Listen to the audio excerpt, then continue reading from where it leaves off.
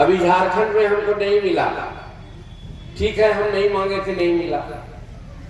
दिल्ली में भी नहीं मिला, कहते हैं कि हम नहीं मांगे थे, नहीं मिला।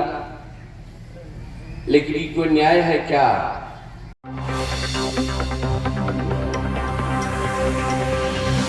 नमस्कार, आप देख रहे हैं पीटीएन न्यूज और मैं हूं आपके साथ प्रभाकर पांडे। आपको बता दें कि हिंदुस्तानी आवाम मोर्चा और के संरक्षक और केंद्रीय मंत्री जीतन राम मांझी ने मुंगेर में एक बयान दिया और कहा कि मुझे लगता है कैबिनेट छोड़ना पड़ेगा।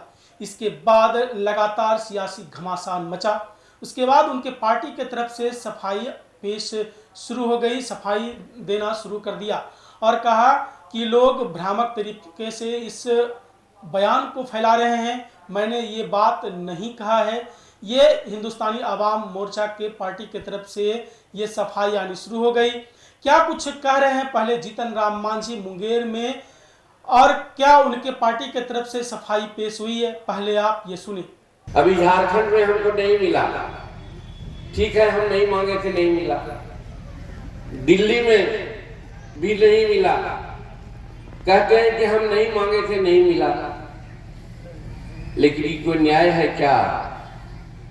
हमारा कोई अस्तित्व नहीं है। अगर नहीं है तब तो हमको नहीं दिया गया। इसीलिए आज ही जमालपुर का मीटिंग का एक अहम है। देखें एनडीए के लोग, कल हम धनगाई में थे, इंटीरियर इलाका में इसी तरह की इतनी भीड़ थी। परसों जहानाबाद में थे, इसकी दुगना भीड़ थी। जब भीड़ हमारे साथ आ रही है, जनमानस हमारा है, वोटर लोग हमको देने को तैयार हैं, तो फिर सीट हमको क्यों नहीं मिले? हमको ये करना है, ये प्रश्न करना है लोगों से। तो हम नहीं मांगेंगे। हम कहना चाहते हैं, हम हरियाणा नहीं चाहते हैं कि हमको कितना सीट दे दो, लेकिन मैं कहता हूं कि जो मेरा वजूद है उसके आधार पर हमको सीट दो। तो सीट हमको कोई फायदा नहीं है, हम आपके फायदा के लिए मांग रहे हैं, आपके फायदा के लिए। बात हमारे आगे बढ़ती है, लगता है कि कैबिनेट हमको छोड़ना पड़ेगा। क्या बढ़ती है आपके लिए?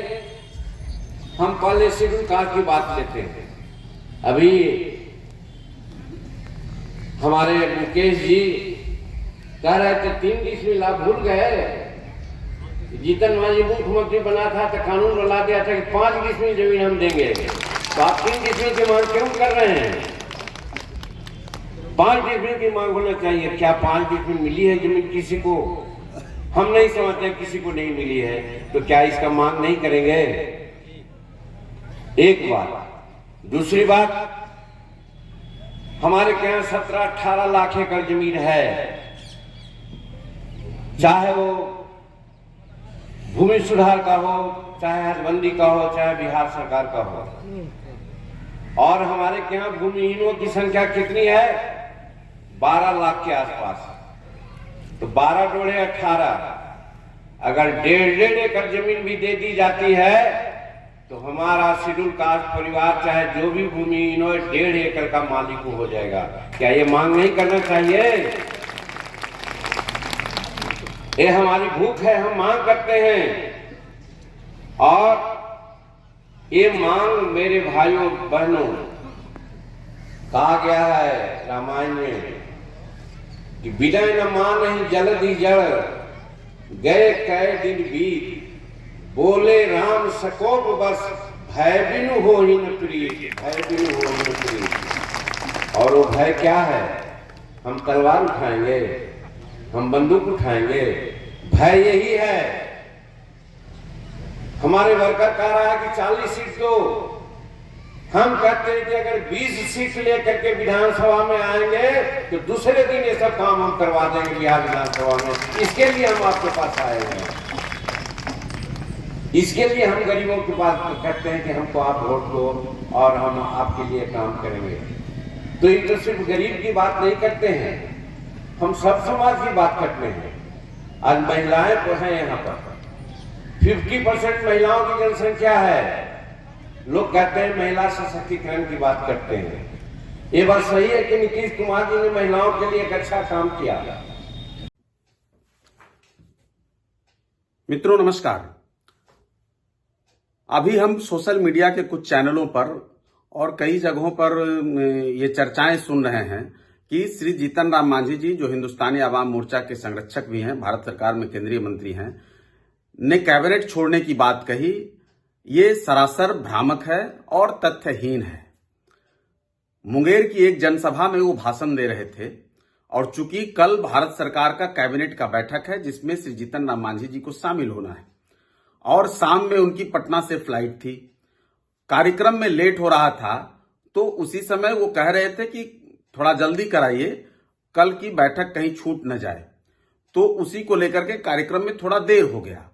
उसी क्रम में जब उनका भाषण चल रहा था और जब वो अपने फ्लो में बोल रहे थे, भाषण थोड़ा लंबा हो रहा था, तब उसी के बीच में उन्होंने मुस्कुराकर कहा कि लगता है कैबिनेट छोड़ना पड़ेगा। इन द सेंस कि कल का कैबिनेट इस मीटिंग के कारण फ्लाइट छूट जाए कहीं ना, इसके कारण छोड़ना पड़ेगा।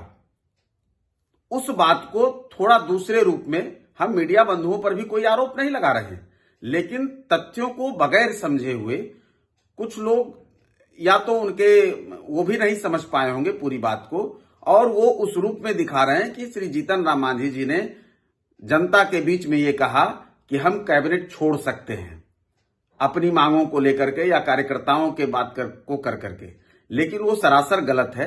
वो चूंकि जो कुछ कहना होता है श्री जीतन राम मांझी जी, कोई तो सर्वविदित है कि खुलेआम कहते हैं और उसमें कोई वो काट छाट के बात नहीं करते हैं, लेकिन इस बात का संदर्भ कल के कैबिनेट की मीटिंग को लेकर के था, न कि कैबिनेट से इस्तीफे को लेकर के है।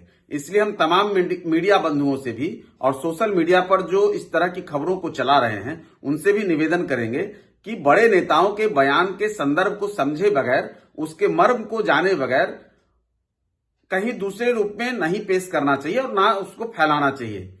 इसलिए जो लोग भी इसको चला रहे हैं उनसे अपील है और मीडिया बंधुओं से भी अपील है कि इसको समझ करके तब इस बयान को जारी करें, न कि उसका गलत संदर्भ दिखाने का कहीं आपसे भी भूल ना हो। इसकी हम गुजारिश करते हैं कि एक बार आप भी देख लें और तब इस बयान को समझ करके उसको उस रूप में चलाएं।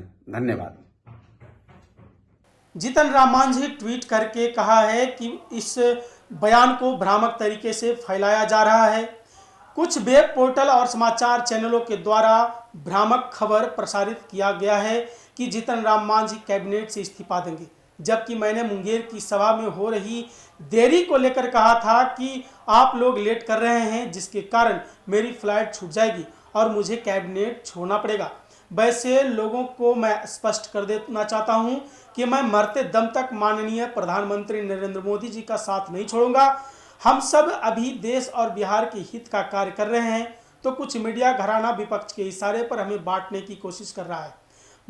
मैं वैसे लोगों को चेतावनी देना चाहता हूं कि वह सचेत हो जाएं, अन्यथा मैं उनके खिलाफ न्यायालय की शरण लूंगा और प्रेस काउंसलिंग में उनकी शिकायत कराऊंगा। तो इस तरह से प्रेस काउंसलिंग में शिकायत दर्ज कराने की बात कही है जीतन राम मांझी ने। उन्होंने कहा है कि मैं न्यायालय का भी शरण ले सकता हूं क्योंकि यह खबर भ्रामक तरीके से फैलाया गया है।